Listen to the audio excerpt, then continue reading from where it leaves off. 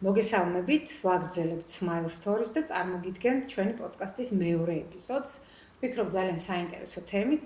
დღევანდელი ჩვენი სასაუბრო თემა იქნება გამადიდებელი სისტემების, კერძოდ მიკროსკოპის გამოყენება სტომატოლოგიაში, კიდევ უფრო კონკრეტულად თერაპიულ სტომატოლოგიაში და კიდევ უფრო კონკრეტულად ენდოდონტიაში და გვეყოლება ძალიან საინტერესო სტუმარი. ექიმი თერაპევტი, ენდოდონტისტი, არ ვიქნები მიკერძოებული თუ ვიტყვი, რომ აი ამ სფეროში საუკეთესო სპეციალისტი, ძალიან ჭკვიანი, გამოცდილი აკადემიური ექიმი ანი ლავრინსკი და ვფიქრობ, რომ საინტერესოდ გავშლით დღეს მე და ანი ამ საკითხთან დაკავშირებულ ყველა თემას, რაც ვფიქრობ საინტერესო იქნება, თანაბრად საინტერესო იქნება როგორც პაციენტებისთვის, ასევე ექიმებისთვის. მოგესალმებით ანი. მოგესალმებით, მივესალმებით თქვენს მაყურებელს. ვფიქრობ, რომ Smile Stories ზოგადად ძალიან საინტერესო წამოწყებაა პაციენტებისთვის, რადგან მათგან წამოსული ხშირი კითხვები კონსულტაციაზე, რომელიც მოდის ხოლმე, შევეცდებით, რომ ამ პოდკასტის ეპიზოდებში ძალიან საინტერესოდ და ისეთ პაციენტისთვის გასაგებ ენაზე ავხსნათ. ვფიქრობ, რომ ამ პოდკასტების ეპიზოდებში ზოგადად არა მხოლოდ დღევანდელ გადაცემაში პაციენტებისთვის ხშირად დასმულ კითხვას და ბევრ საინტერესო თემას გავშლით და ვფიქრობ, რომ მათთვის ამომწყურავად ვისაუბრებთ ყველა იმ კითხვაზე, რაც მათ ებადებათ ხოლმე უშუალოდ კონსულტაციის დროს. ძალიან კარგი.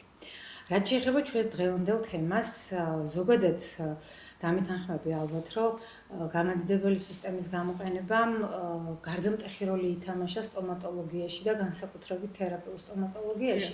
დღევანდელ დღეს შეიძლება ითქვას, რომ მიკროსკოპი აღარ წარმოადგენს რაღაც ფუფუნების საგანს, ეს არის ჩვეულებრივი ყოველდღიურობა ექიმის პრაქტიკაში. იმიტომ რომ ზოგადად სტომატოლოგია არის დეტალებზე და სიზუსტეზე ორიენტირებული დარგი მედიცინის და შესაბამისად თუ აი ამ დეტალების ვიზუალიზაცია ვერ ხდება, შესაბამისად მკურნალობის ხარისხიც ვერ იქნება ისეთი ეფექტური, როგორც ჩვენ გვინდა და როგორც რა თქმა უნდა პაციენტს უნდა. ამიტომ მიკროსკოპი და გამადიდებელი სისტემა დღევანდელ დღეს არის საზომი, ესე ვთქვათ, აი ამ სიზუსტის და მაკონტროლირებელი რგოლი აღნიშნული სიზუსტის. ამიტომ ani მაინც ბანალურ კითხვას დაგისმევ. შენი აზრით რა როლი ითამაშა მიკროსკოპმა და გამადიდებელმა სისტემამ სტომატოლოგიაში, კერძოდ ენდოდონტიაში? კი ბატონო, ზოგადად რო აღვნიშნოთ, აბსოლუტურად სწორი ბრძანეთ თქვენ ამ კუთხით, მაგრამ ზოგადად სტომატოლოგია ხო მედიცინის ყველაზე მეტად სწრაფად განვითარებადი დარგია. და სტომატოლოგია ყოველწლიურად გვთავაზობს ისეთ გამოწვევებს, რომლებსაც თუ კი გვინდა რომ ფეხი აუწყოთ, აუცილებლად უნდა დავნერგოთ ჩვენ ყოველდღიურ პრაქტიკაში ის ინსტრუმენტები, მეთოდები თუ ხელსაწყოები, რომლებსაც აი ეს თანამედროვე სტომატოლოგია გვთავაზობს. შესაბამისად, თანამედროვე სტომატოლოგია დღეს არის აგებული უკვე მინიმალურ ინვაზიურ მკურნალობაზე. ანუ თანამედროვე სტომატოლოგია გვასწავლის, რომ მაქსიმალურად უნდა შევძლოთ კბილის ფესვის ჯანსაღი ქსოვილების შენარჩუნება იმისთვის, რომ ასეთი კბილები გავახანგრძლივოთ, მათი ფუნქციონირება გავახანგრძლივოთ ჩვენ პირის ღრუში. ამიტომ მიკროსკოპი თანამედროვე სტომატოლოგიაში, მით უმეტეს ენდოდონტიურ მკურნალობაში ძალიან დიდი წინგადადგმული ნაბიჯია, რომელმაც ბევრად უფრო დახვეწა, გაამარტივა, ბევრად უფრო ეფექტური გახადა ჩვენი მკურნალობის მეთოდები და შესაბამისად უფრო ხანგრძლივად ვინარჩუნებთ ხოლმე არც თუ ისე საიმედო კბილებსაც კი. ani ყოველთვის აუცილებელია მიკროსკოპის გამოყენება სტომატოლოგიაში? არის თუ არა ესეთი შემთხვევები, როცა მიკროსკოპის გარეშეც შეიძლება იგივე ხარისხის მომსახურებების მიღება, რაც თქვათ იქნებოდა ხო, საინტერესო კითხვაა, რა თქმა უნდა, მიკროსკოპის გარეშეც ხან მიკროსკოპი მოიკიდებ და ფეხს თუნდაც საქართველოში არაჩვეულებრივად ვუმკლავდებოდით გარკვეულ კლინიკურ სიტუაციებს და მოკლედ არაჩვეულებრივ შედეგსაც ვიღებდით, მაგრამ რიგ შემთხვევაში ვაწყდებოდით ისეთ სირთულეებს, რომლის დროსაც მიკროსკოპის გარეშე ძალიან რთულია არსებული პრობლემის მოგვარება. მრავალია მით უმეტეს ენდოდონტიურ პრაქტიკაში მსგავსი პრობლემა, როგორც არის მაგალითად დამატებითი იგნორირებული არხები, ჩატეხილი ინსტრუმენტები, კბილის ფესვის დაზიანება, ანუ პერფორაცია და მრავალი სხვა გართულება. შესაბამისად, მიკროსკოპი, კარგი ვიზუალიზაცია ჩვენ გვაძლევს შესაძლებლობას, რომ მაქსიმალური ხარისხი და შედეგი დავდოთ ასეთი კბილების მკურნალობის დროს. ამიტომ გარკვეულ კლინიკურ სიტუაციებში მიკროსკოპს ნამდვილად გადამწყვეტი როლი აქვს ხარისხიანი და ეფექტური შედეგი. ეს იმას ნიშნავს, რომ მიკროსკოპით ნამკურნალები კბილის ხარისხი გაცილებით უფრო მაღალია, ვიდრე მის გარეშე. როდესაც ხედავ პრობლემას, აგვარებ ბევრად უფრო მარტივად. შესაბამისად, მიკროსკოპით მიღებული ხარისხი და შედეგი ბევრად უფრო ეფექტური და ხანგრძლივია, ვიდრე მის გარეშე. გარკვეულ რთულ კლინიკურ სიტუაციებზე გვაქვს საუბარი. კი, იმიტომ რომ ძალიან ხშირად, როდესაც რენტგენოლოგიური კვლევა კეთდება, ვთქვათ კონკრეტულად სტანდარტული მეთოდით ნამკურნალები კბილის, თითქოს ყველაფერი კარგად არის, თითქოს არანაირი ისეთი შეცდომა დაშვებული არ არის მკურნალობის პროცესში. თუმცა მიკროსკოპით კბილის დიაგნოსტიკის შემდეგ აღმოჩნდება ხოლმე, რომ საქმე თურმე არც ისია, როგორც ერთი შეხედვით ჩანდა. ამ შემთხვევაში მე არ ვსაუბრობ მხოლოდ 2 დეკვლევაზე, ზოგჯერ არის, რომ 3 დეკვლევაზე და თითქოს ყველაფერი კარგად არის, მაგრამ სინამდვილეში მიკროსკოპით გადიდებით და მიკროსკოპით გადიდება ხდება დაახლოებით 40 ჯერ საოპერაციო ველის, შესაბამისად იმ ძალიან წვრილი დეტალების, ესე ვთქვათ, ვიზუალიზაციაც მარტივია. თუმცა აი რიგ შემთხვევაში ან მიკროსკოპიც არ არის პანაცია, ხო? ანუ ის რომ ექიმი მუშაობს მიკროსკოპით არ ნიშნავს, რომ შედეგიც ექნება აუცილებლად ის, რაც ჩვენ გვინდა რომ კონდეს. შესაძლებელია თუ არა ნაკლებ პროფესიონალი ექიმი, ექიმის ესე ვთქვათ მკურნალობის შემთხვევაში, მიკროსკოპით მკურნალობის შემთხვევაშიც შედეგი არ იყოს ის, რაც უნდა იყოს. იცით როგორ არის, ზოგადად მიკროსკოპი არის ხელსაწყო, რომელიც ეხმარება ექიმს გარკვეული რთული სიტუაციების დაძლევაში, თუმცა თუ ექიმს არ აქვს სათანადო ცოდნა, კვალიფიკაცია, გამოცდილება, როგორ მართოს გარკვეული კლინიკური სიტუაციები, რა თქმა უნდა, მხოლოდ მიკროსკოპი ამაში ვერ დაეხმარება, რომ გარკვეული რთული სიტუაციები მართოს და გადაჭრას მსგავსი პრობლემები. ამიტომ მიკროსკოპს სჭირდება სათანადო ცოდნა, მიკროსკოპს სჭირდება სათანადო გამოცდილება, პრაქტიკა, რა თქმა უნდა, სათანადო ხელსაწყოები, უნარჩვევები და ასე შემდეგ. მხოლოდ მიკროსკოპი არ მოგცემს იმას, რომ მივიღოთ საუკეთესო შედეგი. ბევრი შრომა და აი ახლა ამ თემის გაგრძელება იქნება.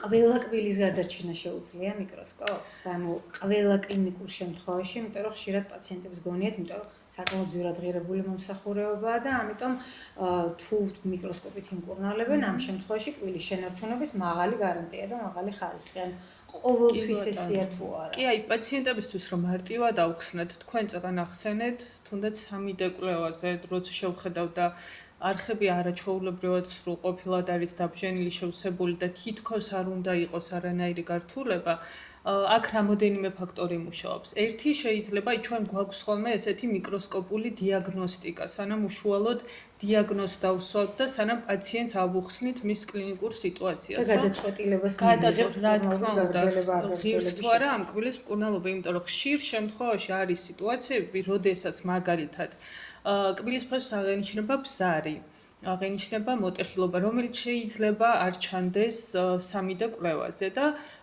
ძალიან ხშირად ასეთი პრობლემა გამომწვევი იყოს გარკვეული ინფექციური პროცესის, ხო? ამიტომ ამის დიაგნოსტირება ჩვენთვის ძალიან მნიშვნელოვანია. მიკროსკოპის გარეშე ამის დიაგნოსტირება ფაქტიურად წარმოუდგენელია, იმიტომ რომ კბილის ფესვის ბზარი არის იმდენად პატარა, შეუმჩნეველი, რომ გადიდების გარეშე მისი აღმოჩენა ძალიან რთულია ხოლმე და შესაბამისად დიაგნოსტიკური კვლევითაც კი ბატონო, თუნდაც 3D კვლევაზე. შესაბამისად მიკროსკოპი არ ნიშნავს იმას, რომ ამოსაღები კბილი გადავარჩინოთ, ხო? შეიძლება კი გარკვეულ მცირე პროცენტის მქონე კბილი გადავარჩინოთ და ბევრად უფრო ეფექტურად ვუმკურნალოთ ვიდრე მიკროსკოპის გარეშე, მაგრამ არის სამწუხაროდ ისეთი კლინიკური მდგომარეობები, რა დროსაც ვერც მიკროსკოპი ვერ გვეხმარება. თუმცა მაინც მიკროსკოპის გამოყენების შემთხვევაში ყოფილა თუ არა შემთხვევა, როდესაც მიკროსკოპმა აბსოლუტურად შეცვალა როგორც დიაგნოზი, წინასწარი დიაგნოზი, ასევე მკურნალობის გეგმა. ძალიან ხშირად ცვლის ზოგადად მიკროსკოპი ჩვენ მკურნალობის გეგმას და ზოგადად დიაგნოზსაც, იმიტომ რომ ზოგადად მიკროსკოპში ჩახედვის შემდეგ ძალიან ხშირად აღმოგვიჩენია ისეთი ნიუანსები, რომელიც შეიძლება რენტგენოლოგიურ კვლევაზე საერთოდ არ ჩანდეს. ამიტომ მიკროსკოპი არ არის მხოლოდ სამკურნალო ხელსაწყო. მიკროსკოპი ხშირ შემთხვევაში გვეხმარება ხოლმე სწორი დიაგნოზის დასმაში და აქვე ავღნიშნავ, რომ აი კომბინაციაში 3D კომპიუტერულ, იმიტომ რომ ხშირად პაციენტებს აქვთ ხოლმე შიში, რომ რატომ უნდა გადავიღო 3D მიკროსკოპი, ხომ გაქვთ ზედმეტი დასხივება, არ არის საჭირო. რეალურად 3D კომპიუტერულ ტომოგრაფიასთან ერთად კომბინაციაში გვაძლევს ბევრად უფრო ზუსტ სურათს, ბევრად უფრო აღქმადი, მაგალითად თუ გვაქვს კალციფიცირებული არხები, რომლებიც აბსოლუტურად კბილის ქსოვილით არის დახურული ზევიდან და დაფარული და მიკროსკოპშიც ვხედავთ როგორც ჩვეულებრივ ჯანსაღად კბილის ქსოვილს, ხო? 3D კვლევის დახმარებით ჩვენ ორიენტაციას ვიღებთ, სად უნდა ვეძებოთ ეს დამატებითი არხი, რომ ზედმეტი კბილის ქსოვილის დანაკარგი არ მივიღოთ, ან თუნდაც პერფორაცია, კბილის ფესვი არ დავაზიანოთ და ასე შემდეგ. ამიტომ თან ჩვენ მიკროსკოპში ვხედავთ არხს და შესაბამისად ირგვლივ მდებარე ქსოვილებს, მაგრამ ვერ ხედავთ კბილს 3D განზომილებაში, ანუ რა ხდება კბილის გარშემო პერიაპიკალურ ქსოვილებში, ამიტომ კომბინაციაში არის საუკეთესო ვარიანტი, რა თქმა უნდა. ძალიან ხშირად პაციენტისთვის აბსოლუტურად გაუგებარია, რატომ სჭირდება მას ვთქვათ, მსგავსი ძვირადღირებული პროცედურის შესრულება, იმიტომ რომ კბილი, რომელსაც ექიმი ეუბნება, რომ საკმაოდ დიდი ანთებითი პროცესია, საკმაოდ დიდი პრობლემის ქვეშ დგას, აბსოლუტურად უსიმპტომოა. ანუ უსიმპტომოდ მიმდინარე ქრონიკული პროცესი ნიშნავს თუ არა იმას, რომ ყველაფერი კარგად არის და სრულად არ არის საჭირო რაღაც განსაკუთრებული მკურნალობის მეთოდის გამოყენება. არა, რა თქმა უნდა, უსიმპტომოდ მიმდინარე ქრონიკული პროცესი პაციენტების თითქმის ნახევარს ახასიათებს, თუმცა ეს იმას არ ნიშნავს, რომ იქ ყველაფერი ჩაწყნარებული, გაჩერებულია და პროცესი არ ღრმავდება. შეიძლება ეს ზოგადად რომ ვთქვათ, პაციენტის ზოგად ჯანმრთელობის მდგომარეობაზეც არის, რა თქმა უნდა, დამოკიდებული მის იმუნურ სტატუსზე, როგორ ებრძვის მისი ორგანიზმი მსგავს პრობლემას. ამიტომ თუ კი პაციენტს არ აღენიშნება სიმპტომი, მაგრამ ჩვენ ვხედავთ რენტგენოლოგიურად, რომ იქ არის ძალიან დიდი ანთებითი პერიაპიკალური პროცესი, რა თქმა უნდა, ეს არის ნიშანი იმისა, რომ აუცილებლად უნდა დაიწყოს ასეთი კბილების ენდოდონტიური მკურნალობა იმისთვის, რომ არ გაღრმავდეს პროცესი, იმისთვის, რომ სამომავლოდ საექსტრაქციო არ გახდეს კბილი.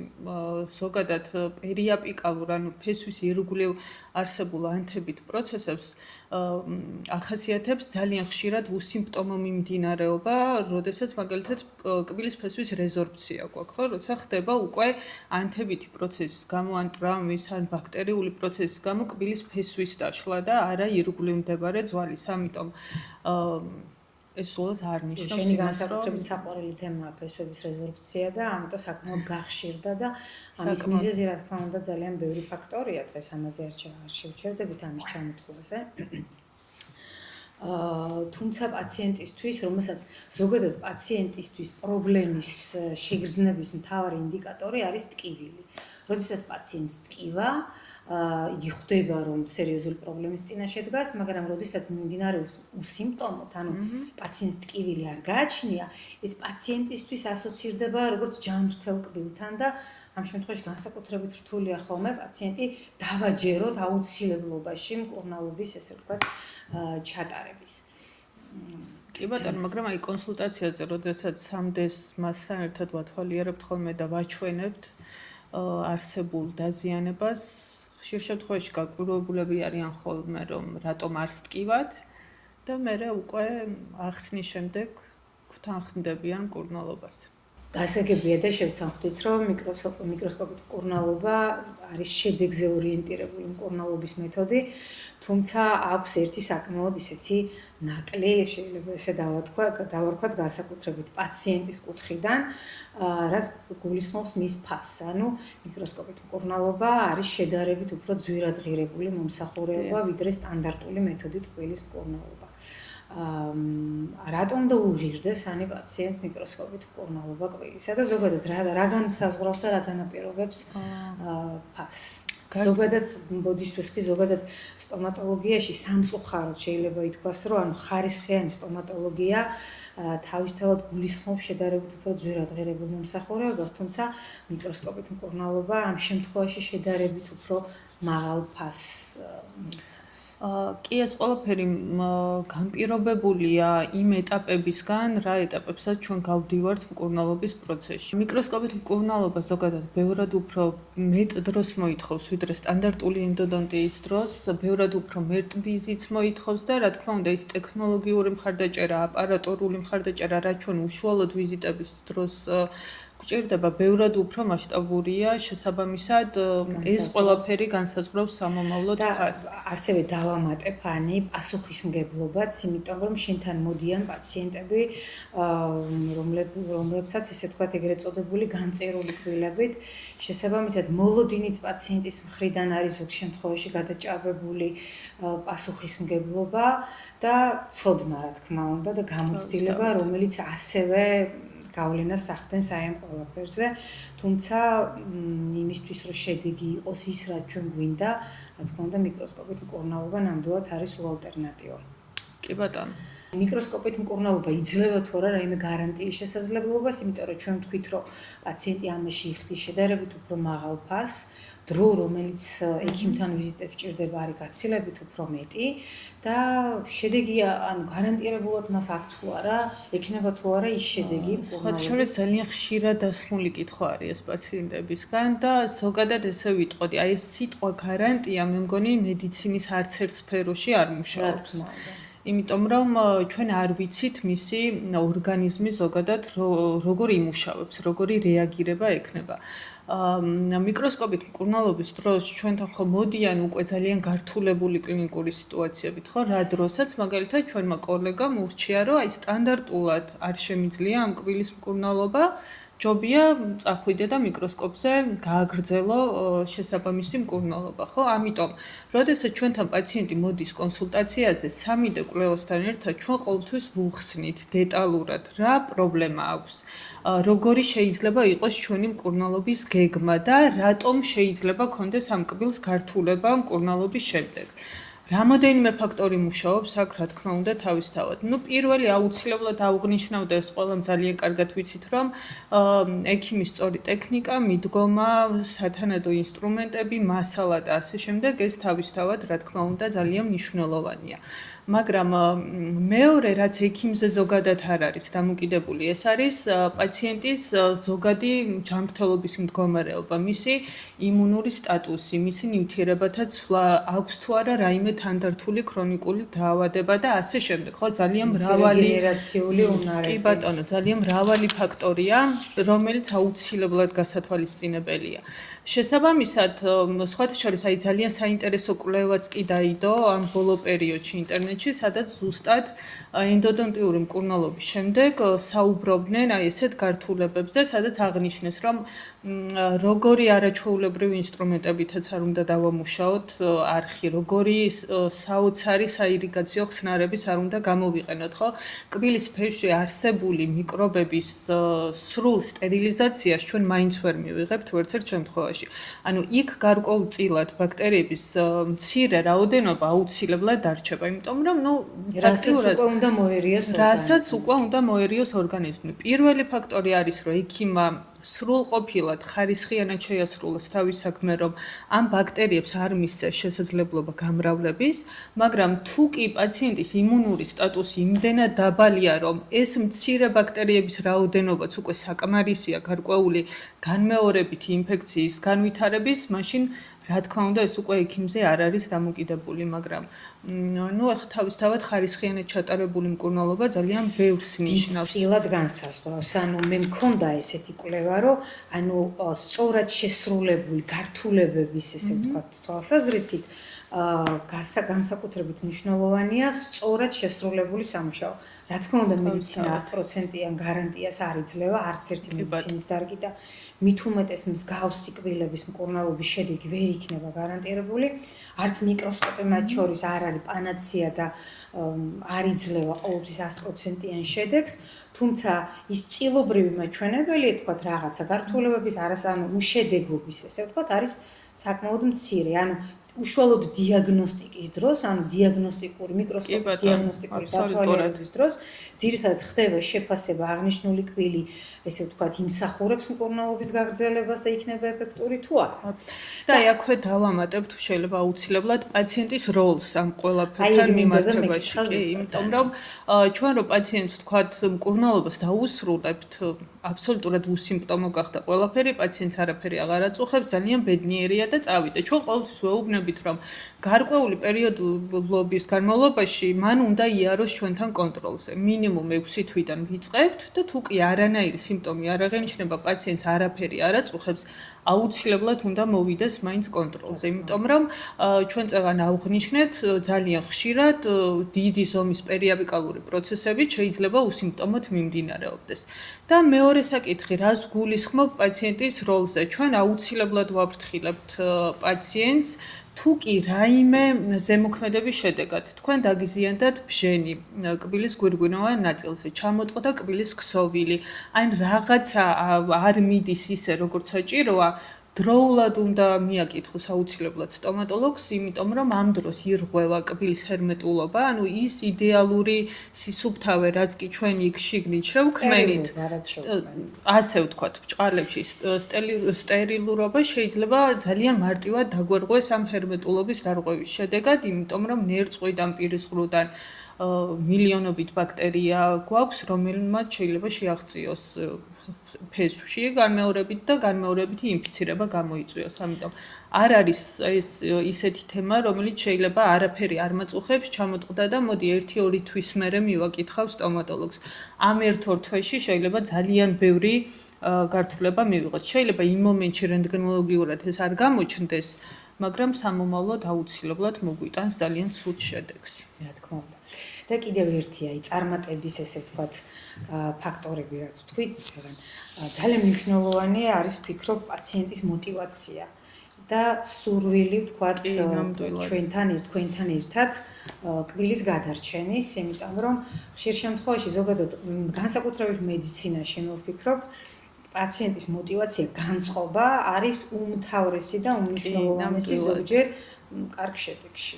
აი ესე ფსიქოლოგიურად მუშაობს ექიმზე ძალიან კარგი რაღაცა სუპერგმირის ძალა გეძლევა მაგ დროს, იმიტომ რომ როცა პაციენტი გენდობა და მით უმეტეს აი ესეთ განწირულ კბილზე გეუბნება რომ ვცადოთ, მე ყველაფრისთვის მზად ვარ, გამოვა, არ გამოვა და მერე ამოვიღოთ, აი ყველაფერი შეგიძლია გააკეთო, ყველაფერი შეგიძლია გარისკო ნორმის ფარგლებში, რა თქმა უნდა და მიიღო ის შედეგი რაც ორივესთვის ძალიან სასურველია, ამიტომ პაციენტის ნდობა, мотиваცია, ეს ორმხრივი მუშაობა აი ძალიან მნიშვნელოვანია. თითქოს გუნდი ხდებით შენ და პაციენტი.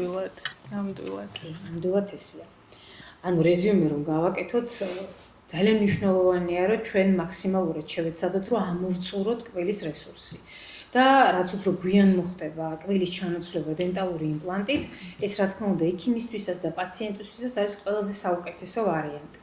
თუმცა ძალიან ხშირად პაციენტები, აი ესეთი განწერული კბილების დღეს ძალიან ხშირად ვახსენებთ შემთხვევაში, უპირატესობას ანიჭებენ ხოლმე კბილის ჩანაცვლებას დენტალური იმპლანტით. დროზე ადრე შეიძლება ზოგჯერ, იმიტომ რომ როდესაც პაციენტი ფიქრობს, რომ მას საკმაოდ მნიშვნელოვანი ფინანსური დანახარჯი ჭირდება კბილზე, საკმაოდ დიდი დრო მკურნალობის და ხანგრძლივობა და გარანტია ფაქტიურად არ აქვს და ზოგადად მედიცინაში თქვით, რომ გარანტიები ნაკლებად არის.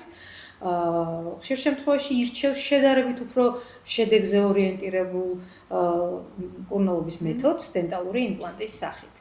ანუ რამდენად გამართლებულია შენი აზრით, ანი დროზე ადრე კბილის ჩანაცვლება იმპლანტით, რომელსაც შედარებით უფრო მცირე, მაგრამ გარკვეული რესურსი აქვს. იცით როგორ არის, ზოგადად ვიტყოდი, რომ იმპლანტი არის საუკეთესო ალტერნატივა უკვე დაკარგული კბილის. და კბილის, რომელსაც რესურსი რეალურად არ აქვს. და კბილის, რომელსაც რესურსი არ აქვს, იმისთვის, რომ აღვადგინოთ, თქვათ, ღეჭვითი ფუნქცია, მაგრამ თუ კი ჩვენ საკუთარ ბუნებრივ კბილს გარკვეული პროცენტულობით თქვენი ექიმი გეუბნებათ, რომ ღირს ამ კბილისთვის ბრძოლა, რა თქმა უნდა, ასეთ კბილს იმპლანტი მით უმეტეს დროზე ადრე ვერასოდეს ვერ ჩაანაცვლებს, იმიტომ რომ ამ კბილის ფესვს აქვს თავისი გარკვეული ფუნქციები, რომელ ფუნქციასაც იმპლანტი ვერ შეასრულებს.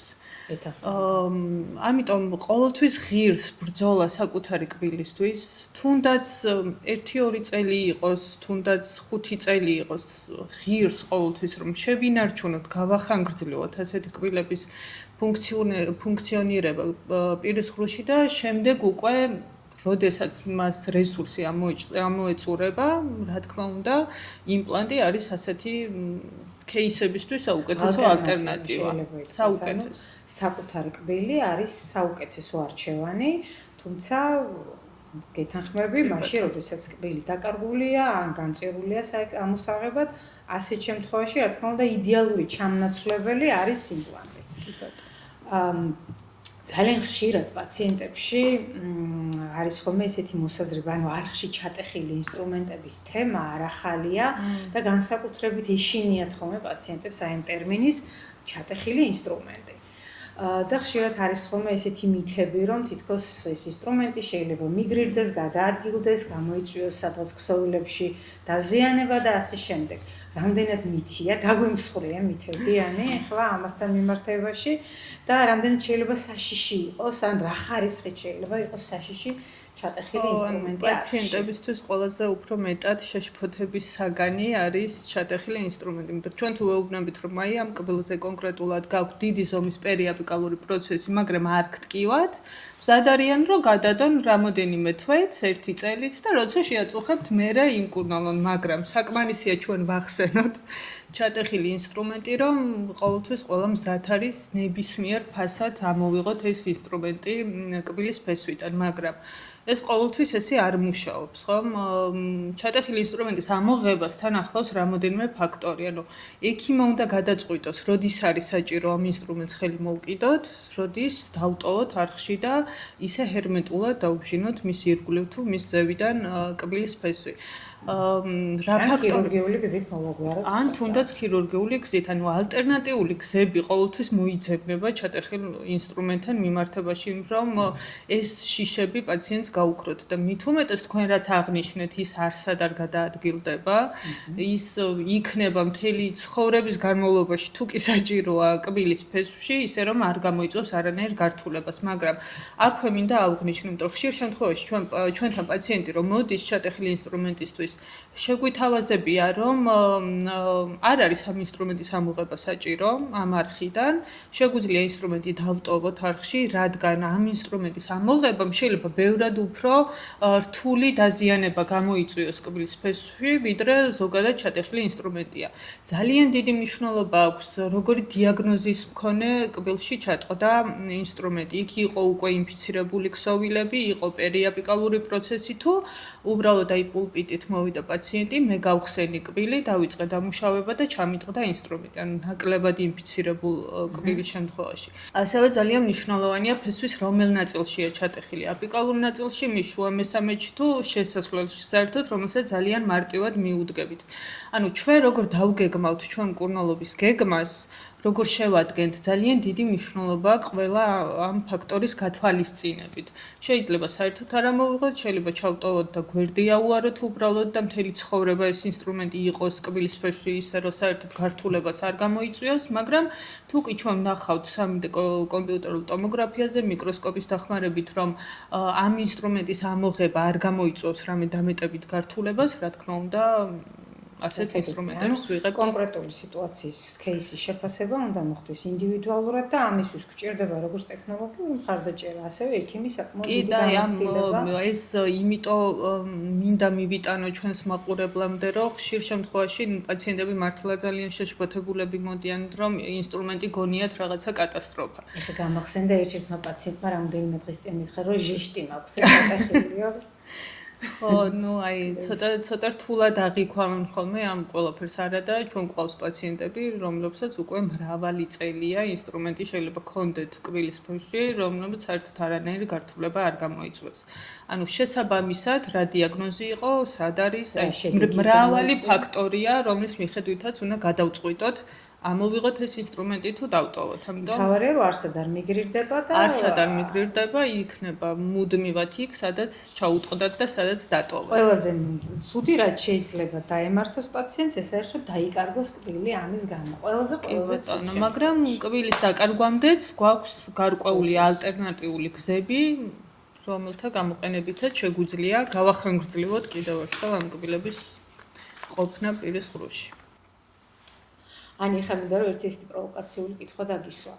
ანუ ჩვენ ვთქვით რომ მიკროსკოპით მკურნალობა არ არის ყოველთვის აუცილებელი იმისთვის რომ ხარისხიანი მკურნალობის შედეგი დავდოთ, თუმცა გამადიდებელი სისტემა, საოპერაციო ველის კარგი ვიზუალიზაცია გვაძლევს აი ამ ზუსტი მკურნალობის შესაძლებლობას. აი შენ რო გქონდეს კბილი ენდოდონტიურად სამკურნალო მიკროსკოპით დაებჟენდით თუ ჩვეულებრივი სტანდარტული მეთოდით? ნამდვილად პროვოკაციული კითხვა, რა თქმა უნდა მიკროსკოპით, თუ პირობოთ მიკროსკოპით, იმიტომ რომ აი ეს როგორი რაღაცა, იცით, ხა მიკროსკოპის გარეშე ყველას გვიმუშავია, ყველას მუშაობთ და კარგი შედეგებსაც ვდებთ, მაგრამ მიკროსკოპის გარეშე მუშაობა გავს აი ესე ბრმად ტაქტილური შეგრძნებების საფუძველზე მიღწეულ შედეგს. მაგრამ თუ კი მე მაქვს შესაძლებლობა რომ ზუსტად კარგი ვიზუალიზაციის დახმარებით, გადიდების ხელშეწყობით, უშუალოდ ყველა ნიუანსის გათვალისწინებით, რაც უკვე ჩემზე და იქიმზეა დამოკიდებული, ხო, რა თქმა უნდა, ავირჩევ ბევრად უფრო ხარისხიან მკურნალობას, ვიდრე აი ესე ბრმად, თუმცა აქ ძირითადად საუბარია ენდოდონტიაზე, ხო, ანუ არხების რა თქმა უნდა, იმიტომ რომ ვფიქრობ ალბათ ეს ჩემი პირადი სუბიექტური აზრია და არანაირად არ მომგიფო ეს არის სწორი. აი კარიესის მკურნალობაში მგონია რომ შეიძლება ისეთი ეფექტური კი არა და აუცილებელი არ იყოს. აი კარიეს რაც შეხება ვფიქრობ რომ თუ კი ამის შესაძლებლობა გვაქვს, რატომაც არა, ბევრად უფრო ხარისხიანი შეიძლება იქ თეთრი ლაქები, კონტაქტში ღძილქვეშ რაღაცები შეიძლება მიკროსკოპის გარეშე დაგვრჩეს, რამაც შეიძლება სამომავლოდ მერე რეციდიული კარიესი გამოიწვიოს, ხო? ამიტომ თუ კი ამის შესაძლებლობა გვაქვს, დრო და ასე შემდეგ, რატომაც არა, პირიქით იდეალურ რესტავრაციებს გავაკეთებთ გადიდების დახმარებით და რაც შეეხება ენდოდონტიას, ზოგადად ყველა ადამიანს ხო ინდივიდუალური ფესვის ანატომია აქვს, ხო, კბილთა სისტემის დამატებითი არხი აქვს, ზოგს არა აქვს და ასე შემდეგ. ხო, ყველაფერი არის ინდივიდუალური, ამიტომ ყველა კბილს ესე სტანდარტულად ერთი მეთოდით ვერ მიუდგები, ამიტომ როცა გაქვს შესაძლებლობა ვიზუალიზაცია გქონდეს ამ ყველაფრის, გადიდების ქვეშ უყურებდი ამ ყველაფერს, რატომ უნდა ავირჩიო სტანდარტული ენდოდონტია, როცა ვიცი რომ ბევრად უფრო ეფექტურ და ხარისხიან მკურნალობას მივიღებ მიკროსკოპის დახმარებით. რა თქმა უნდა გეთანხმები და მე მგონი ძალიან ისე ვთქვათ, ამომწურავად შევეხეთ საკითხებს, რომელიც მიკროსკოპით მკურნალობას განსაკუთრებით ენდოდონტიაში უკავშირდებოდა და ეხლა რეზიუმის სახით მინდა ან ისეთი კითხვა დაგისვა, რას ურჩევდი ახალგაზრდა ექიმებს, რომლებიც ეხლა იწყებენ ამ სფეროში მოღვაწეობას, ეხლა იდგამენ ესე ვთქვათ პირველ ნაბიჯებს, რას უნდა მიაქციონ ყურადღება? ზოგადად მე ჩვენი ახალგაზრდა კოლეგების ძალიან დიდი გულშემატკივარი ვარ და ყოველთვის ვცდილობ რომ გვერდში დაუდგე და მოკლედ ფეხი ავაწყობინოთ აი ამ თანამედროვე სტომატოლოგიისთვის. ზოგადად ვეტყოდი რომ ძალიან საინტერესო პროფესია ირჩიეს, რომელიც მოდუნების საშუალებას არასოდეს არ გაძლევს და თუ გინდათ რომ თქვენი მთელი პროფესიული კარიერის განმავლობაში ეს პროფესია არ იყოს რუტინა და იყოს ძალიან საინტერესო, აუცილებლად, აი როგორც ჩვენ ავღნიშნეთ დასაწყისში, ძალიან სწრაფად განვითარებადი დარგია და აი ამ სიახლეს თანამედროვე სტომატოლოგიას ყოველთვის უნდა აუწყონ ფეხი. ჩემ შულს ვაძალებდი სხვათა შორის რომ იქნებ სტომატოლოგია აირჩიო თქო და არ მინდაო, იმიტომ რომ რაც ცნობიერში ჩავარდიო, სულ მეცადინეობდა, სულ რაღაცას კითხულობ და ოდესმე უნდა დამთავრდეს ეს სწავლაო. ამიტომ თუ კი გინდათ რომ შემდგარი პროფესიონალები გახდეთ, თუ კი გინდათ რომ თქვენი პროფესია იყოს საინტერესო, გიყვარდეთ, არასოდეს არ გახდეს რუტინული, სტომატოლოგია ამის შესაძლებლობას გაძლევთ, ოღონდ აუცილებლად უნდა განვითარდეთ და აუცილებლად უნდა აუწყოთ ფეხი თანამედროვე სტომატოლოგიას. დეთანხმები ani აბსოლუტურად ექიმისთვის ცოდნის მუდმივი განახლება არის აუცილებელი იმისთვის, რომ იყოს პროფესიონალი და ყოველთვის მოწოდების სიმაღლეზე. ძალიან დიდი მადლობა მინდა გადაგიხადო. მადლობა ფიქრობ, თქვენ. რომ ძალიან საინტერესო საუბარი შედგა. ძალიან ესე ვთქვათ, სწორ კითხვებს გავიცით პასუხი და მადლობა მინდა გადაგიხადო. მადლობა თქვენ. აი იმედი მაქვს, რომ პაციენტებისთვის ძალიან საინტერესო იყო, იმიტომ რომ შევეცადეთ ყველა ის შეკითხვა ამოგვეწურა. რა შეკითხვებიც მოდის ხოლმე კონსულტაციის დროს და ვფიქრობ, რომ გასაგები ენით ვისაუბრეთ მათთვის, ვფიქრობ, რომ საინტერესო იყო და იმედი მაქვს, რომ ბევრად უფრო მომზადებულები მოვლენ ჩვენთან კონსულტაციაზე და აღარ ექნებათ ის შიშები, რომლებიც აქამდე ქონდათ. Ani, მინდა კიდევ ერთხელ გადაგიხადო, ძალიან დიდი მადლობა სტუმრობისთვის და მადლობა საინტერესო თქვენ. საუბრისთვის. მინდა წარმატებები გისურვალ არაჩვეულებრივ ექიმს და ადამიანს. ასევე მინდა მადლობა გადაუხადო ჩვენს მაყურებლებს. შეგახსენებთ, რომ არ დაგავიწყეთ ჩვენი YouTube არხის გამოწერა. აქვე მინდა დავაანონსო, რომ ჩვენი შემდგომი პოდკასტის თემა იქნება ორთოდონტიული სტომატოლოგია და მინდა გთხოვოთ, რომ გამოგვიგზავნოთ თქვენთვის საინტერესო კითხვები და ჩვენ მას აუცილებლად გავაჟღერებთ პროფესიონალთან. გემშვიდობებით მომავალ შეხვედრამდე.